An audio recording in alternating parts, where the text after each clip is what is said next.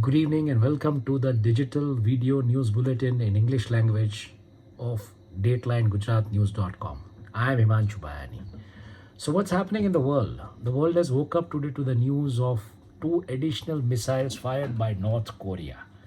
And why North Korea has fired missiles? Because there has been news of American warship in that area, which is working with South. It was going towards South Korea, and that's where North Korea test fired two more missiles at the U.S. aircraft, which was set to arrive in South Korea. So as we cruise across the news of Ukraine and Russian war zone, Russia has announced the deployment of nuke weapons analyze stations in Belarus, which has been criticized largely by US, and Ukraine has called for an emergency meeting, a UN meeting. NATO citizens have criticized it, calling it dangerous and irresponsible step. Turkey has called on to end the invasion on Ukraine, and Lithuania calls for more sanctions on Russia. And amidst all this, the Russian forces are pressing ahead from Bamuk slowdown. They are going ahead in taking other territories in Ukraine. And Ukraine, meanwhile, has posted a video of burning ship, to which Russia has admitted a loss. Going ahead, what's happening in Asian Silk Route? So the world wakes up in Asia mainly with the news, disturbing news from Israel. The latest news which is coming is that probably most of the diplomatic missions of Israel are shutting down across the world. But this is all because Netanyahu fired the defense minister, who urged to overhaul the Israel's judiciary, and calling the latest move of Netanyahu as a dangerous one. Israel's top diplomat in New York has resigned. White House has equally flagged its deep concern over Netanyahu's act of firing defense minister, and Israeli President Herzog has also said that stop the judicial overhaul immediately, because this has triggered a kind of protests which were there throughout night in Israel. And it is learned that the family of Israel Prime Minister Netanyahu has shifted to the headquarters of Shin Bet Domestic Intelligence Security Agency in Jerusalem. And amidst all this situation which is happening in Israel, there has been an announcement of a direct flight, the first direct flight from Israel to Nigeria, which is to commence its operations from next month.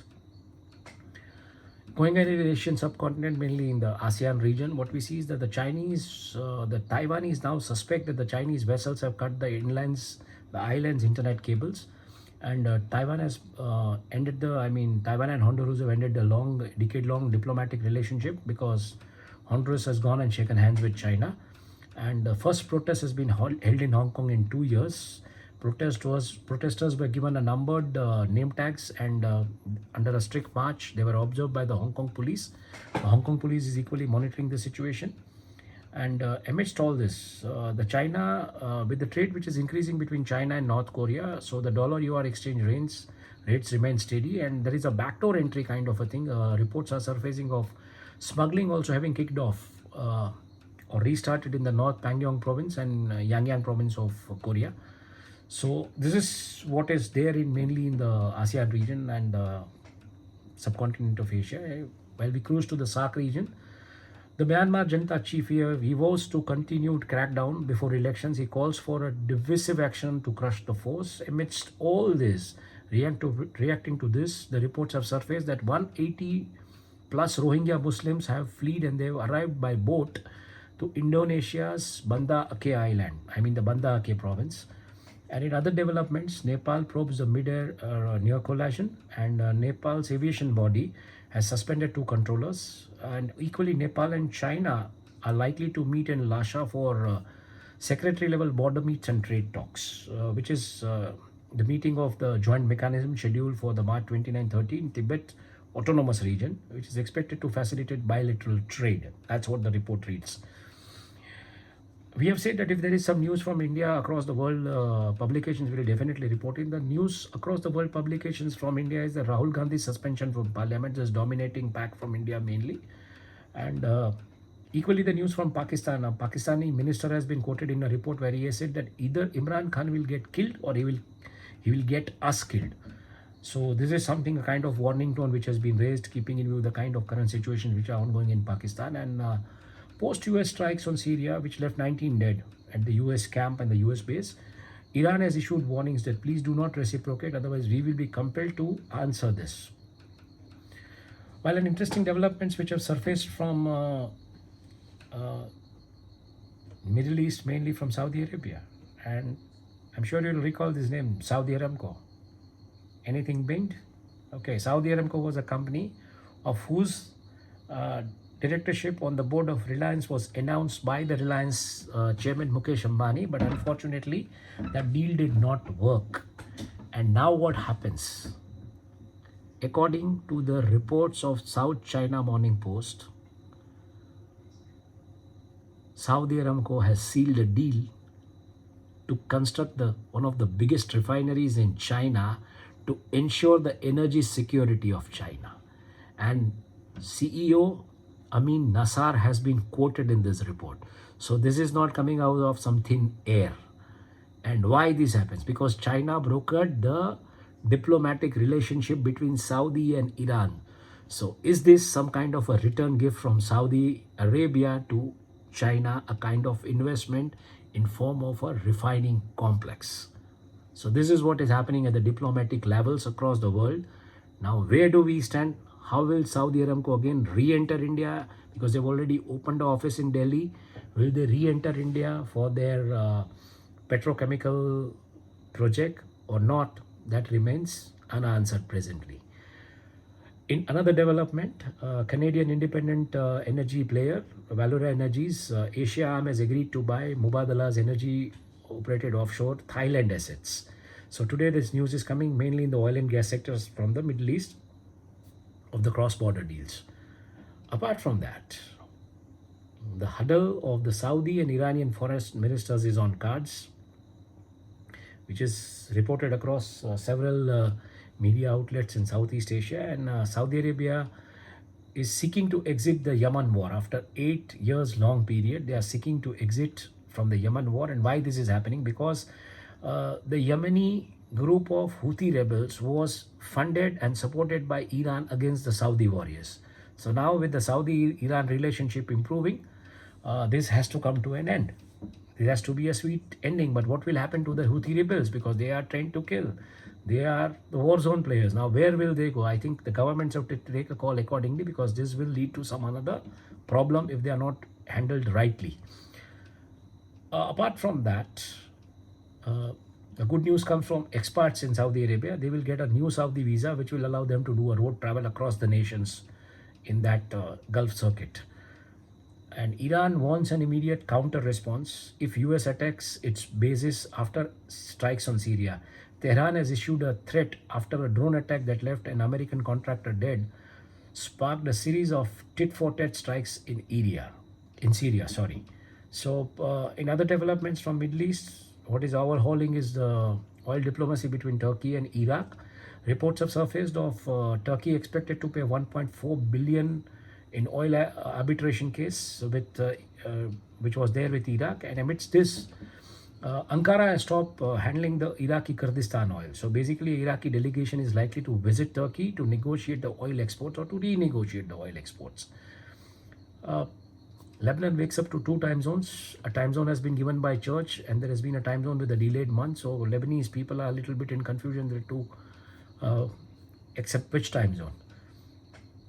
Bad news from Lebanon. Lebanese businessman Samir Khatib, who was vice president of the firm Khatib and Alami and was a prime ministerial candidate in 2019, has passed away. And Egypt has given a fantastic proposal of establishing a global water information system. So this can help in pulling the data of the drinkable water, of the sweet water, because this proposal comes from the Gulf area, which is surrounded with the desert and has a lot of water crisis. And UAE has strongly condemned the burning of Holy Quran in Denmark. So this is the news from Asia, from SAARC, from Middle East. Cruising ahead in mysterious Africa. So we're going this way. We're taking the world, we're taking Asia, the most populated area. We go to Middle East, SAARC regions, ASEAN regions, and then we go to Africa. From there we go to Europe. From there we go to USA. We travel the globe and come back to Australia and the polars. That's how we report the news. From the mysterious African landscape, what's happening is that visit of Kamala Harris, the Vice President of America. She's there to strengthen and deepen the Afro-US ties and to address the issues of hunger and violence. But what happens at the same time? The Democratic Republic of Congo militia group, it executed the hostages, and unconfirmed number of Boko Haram terrorists have been killed in a Nigerian operation after they raided 6 camps. So this report of conflict, control and contamination of rebel activities comes at such a time when US Vice President Kamala Harris is landing in Africa. And bad news for journalists. Journalists who were covering the Azimo protest in Kibera in Nairobi in Kenya, they have been attacked by goons. Their properties have been stolen, that is their cameras, their purse, everything, their belongings. And broadcast of France 24 in Burkina Faso has been banned because they interviewed Al Qaeda's North Africa leader, and that's the reason the Burkina Faso ruling junta has given this call on Monday that they have suspended all the broadcasts of France 24. Bad news for journalism actually. Going ahead, a very bad news comes from Nigeria. Nigerian government, it is likely to remove the fuel subsidy. So the gasoline prices are expected to touch 750 Nigerian naira in Australia, which is in Nigeria, which is equivalent to 1.65 US dollars, which equals to 135 Indian rupees at the present tariff and exchange rate. Good news which comes is from Uganda is that Uganda Airlines has resumed its flights to Rwanda's capital Kigali. The process has started after 2 years of diplomatic talks between the officials, and finally the flights have restarted. A Bloomberg report claims of a China energy engineering group proposing a 1,000 megawatt floating solar project in Zimbabwe on Lake Kariba. Now this project is going to be envisaging an investment of $1 billion US dollars, and it will be having 1.8 million photovoltaic panels installed across 146 modular floating panels. Just imagine the kind of size of the project. And there has been a fantastic article, the way people drink Indian-made liquor, basically. Indian-made liquor, the worker class mainly, the labor class. In same way, in Africa, the tea workers. What do they do to relax themselves, or what do they consume to keep themselves high? So there is an article with a heading which says that why tea workers smoke bhang, cannabis. So I think that's an interesting read from the African subcontinent. And going ahead, if we go to Europe, we see the news is largely dominated by mercenary units inspired by Wagner Group, formed by Kremlin's Crimea head. So Wagner is in news everywhere, be it Africa, be it Europe. And Russia has demanded a compensation over Nord Stream blast, and Moscow intends to insist a comprehensive and an open international probe. That's what statement comes from Russia. Equally, Putin ally says that Russia has a weapon to destroy US if its existence is threatened. Wow. And Italy has warned a huge wave of migrants from Tunisia. International Monetary Fund has warned over the increased risk of financial stability, because the way banking cabal collapse is happening, there is the warning coming from IMF about the increased risk of financial stability, whether that will be stable or not stable. Wind energy predicts bounce back. So the windmills which were not functioning, or which was to be serviced, or the laborers were not available, the corona crisis, whatever, now it's all ready to bounce back in 2023. That's the word. And interesting news comes from Europe in an uncensored OTT era, where you see all kind of content related to the 7 sins of lust, gluttony, sex, violence, everything. This comes from Europe again. That is interesting. It says that Agatha Christie's new books to have offensive material will be removed. So the offensive material from Agatha Christie's new set of books has to be removed. This decision comes from Europe in an uncensored OTT era. Just imagine what is happening. And while we go to American dreams, or the Caribbean blues, or the Latin American push in the American subcontinent, the American media news headlines are mainly dominated with the Trump circus, and of course the Brazilian president cancelling his trip to China. And equally, how North Americans are leading the pack of investments in Portugal, and how the American business operations which are shifting from China to Mexico are giving a kind of advantage to North America. In other important developments, Citizen First Bank has acquired bankrupt Silicon Valley Bank at 99% discount at a price of just $500 million. And Twitter says that part of its source codes were leaked online, and possibilities of Trump likely to run for president from prison. What used to happen once in some of the states of India is now happening in America. So, God bless America. And in Canada, what's happening is Japan's Mitsubishi will invest, has actually brought a stake, 5% stake, into a project through strategic equity investment in a Western copper and gold project in Canada, which also owns a casino gold copper project. So there's a casino project also in Yukon in Canada, and that's how they're going to invest in that gold mine. I mean, copper gold mines as well as the casino project. Canada's, as I said, the Canadian oil major, Valura's Asian subsidiary has acquired assets in Thailand. That's also in the news across the Canadian media. Mainly the assets in Thailand owned by Mubadala Energy subsidiaries. And Canadian crypto king has been abducted. He has been tortured, and they've asked a ransom of some $3 million, at $30 lakh. Crypto kings are in demand.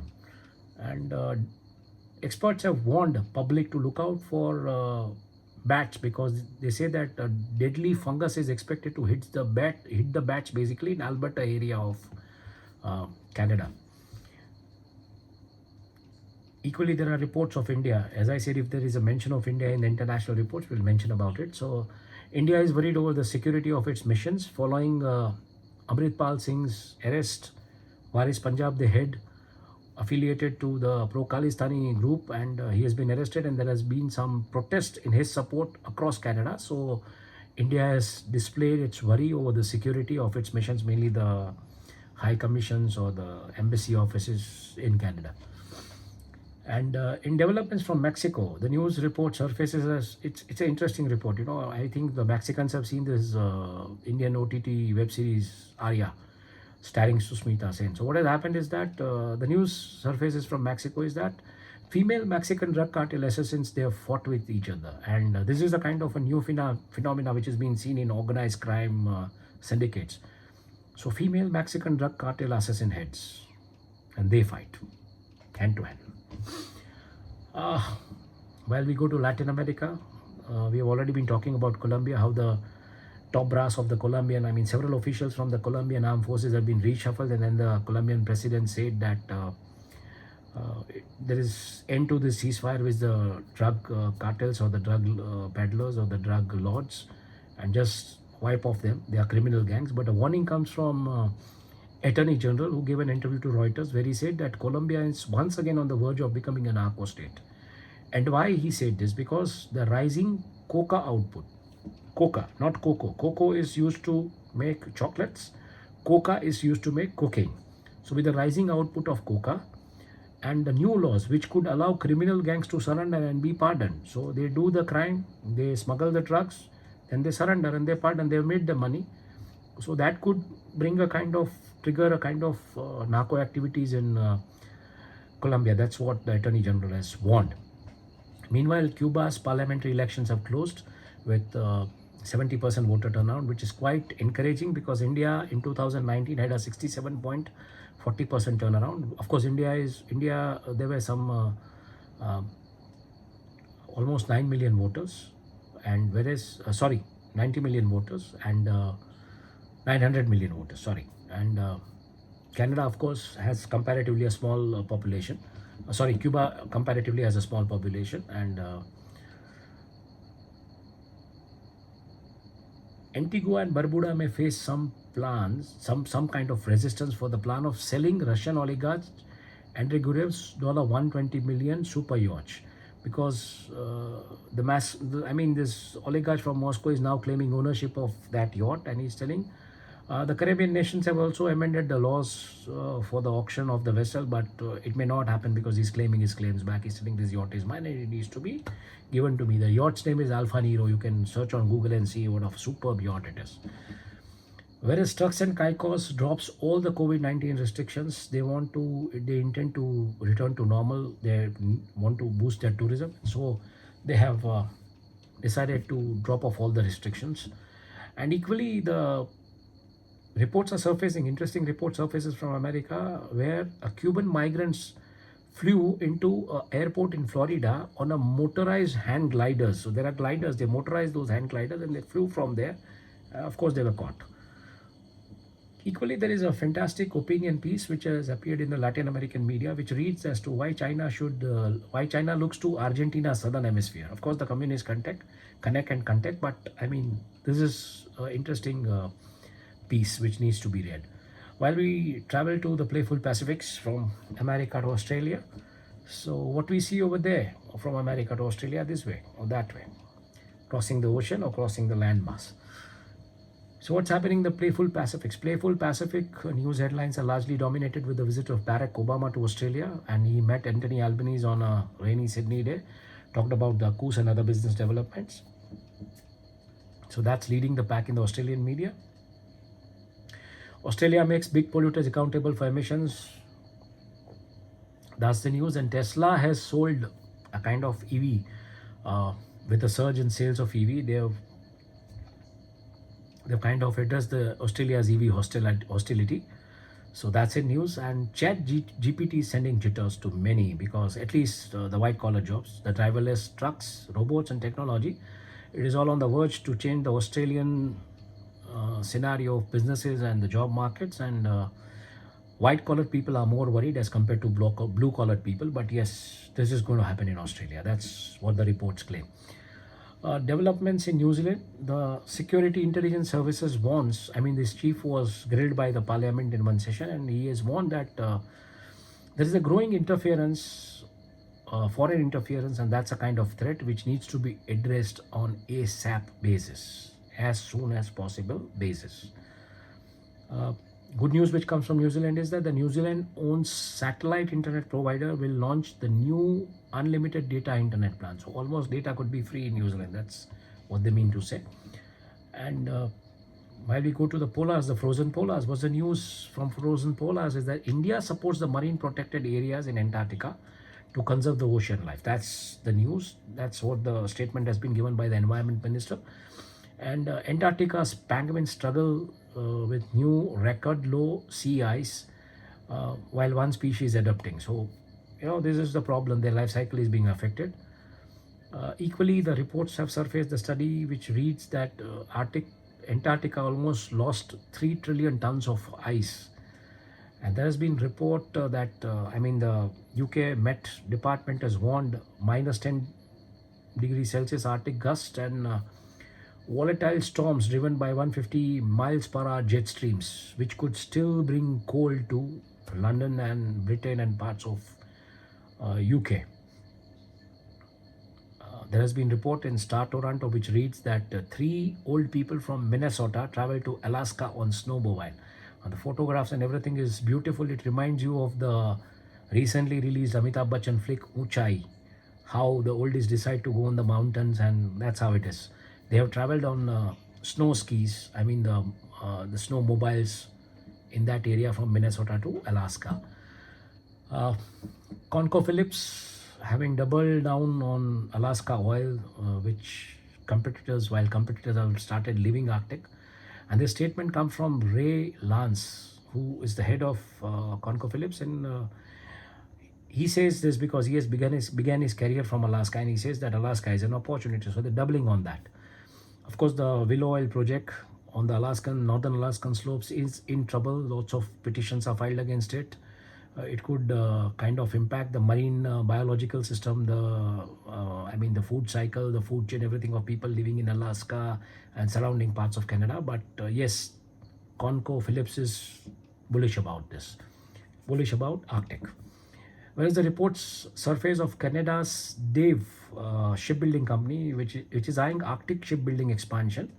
with Helsinki shipyard. So Arctic ships are the ships, basically they are like hammers. They cruise through the snow, they break the snow, requires a lot of energy, are made in a very little different manner, and they are little rugged, more rugged I would say, kind of vessels, a little different from the traditional vessels. And yes, so Canada is eyeing that business model in partnership with Helsinki shipyard.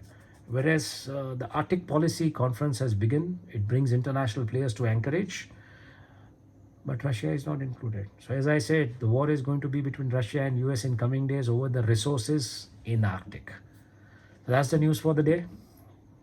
Hope you enjoyed listening to me, viewing me, and do stay tuned, do stay connected.